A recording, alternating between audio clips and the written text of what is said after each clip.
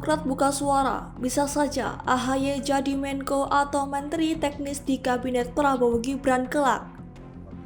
Menurut Herzaki, AHY lah Ketua Umum sekaligus kader terbaik nomor 1 di Partai Demokrat.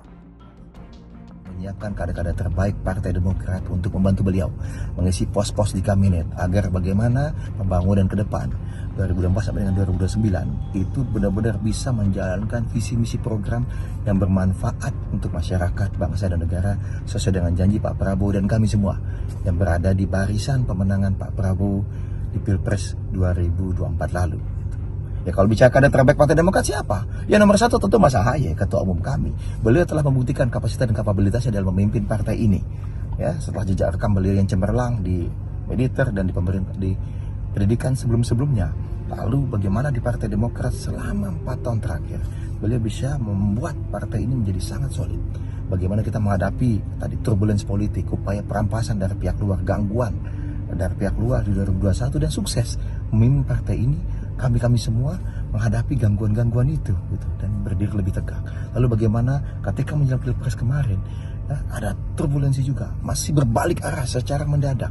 Ya, ada dinamika politik yang luar biasa terkait dengan Pilpres. Dan Mas AHY bisa memimpin itu dengan baik. Kami tidak terjatuh, kami tidak hancur lebur. Bahkan kami hari ini menjadi bagian penting dari pemenang pemilu 2024. Dan kami kembali ke pemerintahan Oktober 2024 sampai dengan 2029. Dan ternyata ya ditambah lagi ternyata mulai Februari kemarin gitu.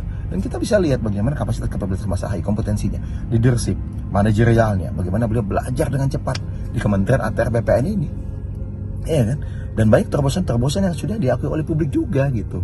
Bagaimana beliau kemudian tadi gebuk mafia tanah, bagaimana kemudian semakin banyak tanah wakaf yang dibagikan oleh beliau, sertifikat elektronik, bagaimana beliau berupaya memberikan kepastian hukum, menjamin keadilan tadi, dan sertifikat tanah ini kan bisa digunakan untuk bisa semakin mensejahterakan rakyat ke depannya gitu. Dan berbagai aktivitas lainnya, berbagai kinerja positif lainnya dalam waktu yang sangat singkat. Dan masih ada beberapa bulan ke depan terobosan-terobosan yang akan dilakukan oleh Mas AHY selaku Menteri ATR dan Kepala BPN. Ya kalau bicara mengenai jabatan nanti di mana, Menteri Teknis kah, di Menko kah? Ya kalau menurut kami Mas AHY ini tidak pernah pilih-pilih tugas dan tanggung jawab. Pak Prabowo, Bapak Presiden inginnya beliau di mana, ya merasa beliau lebih pasnya, lebih optimalnya nanti dalam membantu Pak Prabowo, beliau akan siap untuk melaksanakan tugas dan tanggung jawabnya. Karena jiwa beliau selalu dan selamanya sebagai seorang prajurit yang siap mengabdi untuk masyarakat, bangsa, dan negara dimanapun, kapan.